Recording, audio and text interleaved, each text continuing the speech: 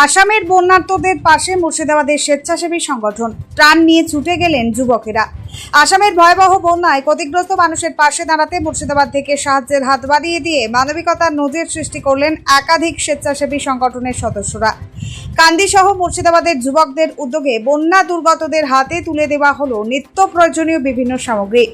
চলো আসাম কর্মসূচির মাধ্যমে শুধু মুর্শিদাবাদ নয়, পশ্চিমবঙ্গের বিভিন্ন প্রান্তের মোট 28টি স্বেচ্ছাসেবী সংগঠন যৌথভাবে এই ত্রাণ কর্মসূচিতে অংশ নেয়। সংগঠনের পক্ষ থেকে জানানো হয়েছে, প্রায় 10 লক্ষ টাকারও বেশি মূল্যের ত্রাণ সামগ্রী নিয়ে আসামের বন্যা কবলিত এলাকায় পৌঁছান তারা। আসামের নেপালি কুঠি ও পান ভাষা শিবসাগর এলাকার দুর্গত মানুষদের মধ্যে এই ত্রাণ সামগ্রী বিতরণ করা হয়। জামাকাপড়, বিস্কুট, পানীয় জল, শুকনো খাবার, গ্যাস সিলিন্ডার, চাটাই, মশারি, বাসনপত্র সহ একাধিক প্রয়োজনীয় সামগ্রী তুলে দেওয়া হয় বন্যার্তদের হাতে। এই মানবিক উদ্যোগের সঙ্গে যুক্ত হোপ ফর সোসাইটি ফাউন্ডেশন। সংগঠনের প্রতিষ্ঠাতা আব্দুল রউফ এবং সভাপতি সার্জিল হাসানের নেতৃত্বে স্বেচ্ছাসেবীরা দুর্গত এলাকায় পৌঁছে মানুষের পাশে দাঁড়ান। প্রাকৃতিক দুর্যোগের সময় দূর রাজ্যে গিয়ে দুর্গত মানুষের পাশে দাঁড়ানোর এই উদ্যোগকে মানবিকতার অনন্য দৃষ্টান্ত হিসেবেই দেখছেন এলাকার মানুষ। ব্যুরো রিপোর্ট, চেতনা। চলছে বিতরণ, বস্ত্র বিতরণ, সেই সঙ্গে আমরা বিছানা অর্থাৎ সব বিতরণ করছি। মশারিও বিতরণ করছি আমরা। চলছে আমাদের সুন্দর বিতরণ পর্ব, দেখছেন। চলছে বিতরণ, সব থেকে শুরু করে সবকিছু যেন আমরা বিতরণ করছি। এই যে বোনের হাতে আমরা তুলে দিয়েছি মশারি, কাপড় চোপড় এবং নাইলনের সব। এই মাঝি এসছেন, তিনার হাতে আমরা তুলে দেবো। চলছে আমাদের বিতরণ, দেখছেন এই বিতরণ পর্ব আমাদের। ওষুধ সামগ্রী, সেই সঙ্গে আরো অনেক কিছু, কাপড় চোপড়, সেই সঙ্গে আরো অনেক কিছু বিতরণ করছে। চলছে বিতরণ, দেখছেন আমাদের মানুষজনকে ওষুধ নিয়ে, কেউ আমাদের কাছ থেকে বিভিন্ন প্রয়োজনীয় সামগ্রী নিয়ে কেউ হাসি মুখে যাচ্ছে।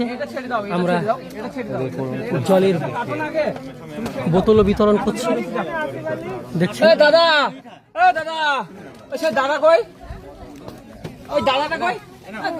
চলছে বিতরণ,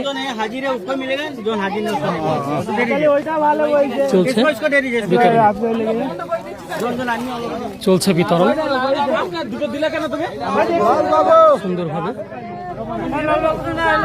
আজকে আমরা আসামের ত্রাণ বিতরণে বেরোলাম। এবার আমাদের ত্রাণ বিতরণে বের হচ্ছি। ত্রাণ আমাদের সঙ্গে আছে, আমাদের সঙ্গে আমাদের সদস্যরা আছে। হ্যাঁ, আমাদের সঙ্গে রাজ্যের বিভিন্ন প্রান্ত থেকে ছেলেরা এসেছে। এই যে হাসিরুদ্দিন পণ্ডিত আমাদের সঙ্গে আছে, যে কলকাতা হাইকোর্টের বিশিষ্ট আইনজীবী। আমি না, আমার থেকে বড় সিনিয়র আমাদের সঙ্গে আছে। ছোট ভাই আইনজীবী আমাদের সঙ্গে আছে। ওকে দেখা ও তো ইলেকশনে দাঁড়াচ্ছে।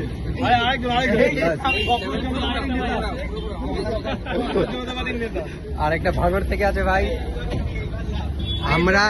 আমরা কালকে গুয়াহাটিতে পৌঁছেছিলাম, আর কালকে আমরা রাতে সারা রাত জার্নি করে শিবসাগরে এসে পৌঁছেছি। শিবসাগরে আসার পর আমরা আজ সকালে একটু রেস্ট নিয়ে আবার ত্রাণ বিতরণে বেরোলাম। তো বেশ কিছু অভিজ্ঞতার সম্মুখীন আমরা হয়েছি এই মানে দুদিনের যাত্রাপথে। সেই অভিজ্ঞতাগুলো তোমাদের সঙ্গে যদি একটু শেয়ার করি।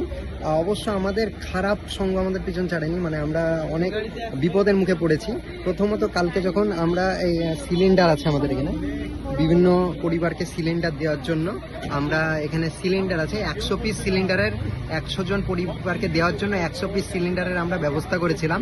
তবে যেখানে আমরা গ্যাস ভরতে দিয়েছিলাম তারাও মানে আমাদের সাথে দুর্নীতি করে, মানে প্রত্যেকটা সিলিন্ডারে অনেক 1 কেজি 1.5 কেজি এরকম করে গ্যাস কম দেয়।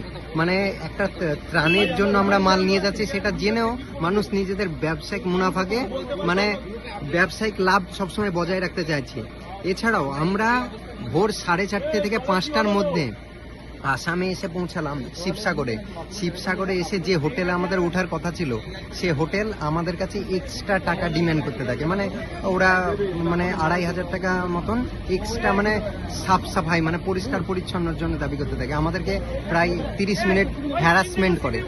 যদিও ভালো মানুষ পৃথিবীতে অবশ্যই আছে, খারাপ মানুষও পৃথিবীতে অবশ্যই আছে, তবে আমাদের আজকের যে অভিজ্ঞতা, যে জীবনের প্রথম অভিজ্ঞতা, সেটা অনেক খারাপের সম্মুখীনই হতে হয়েছে।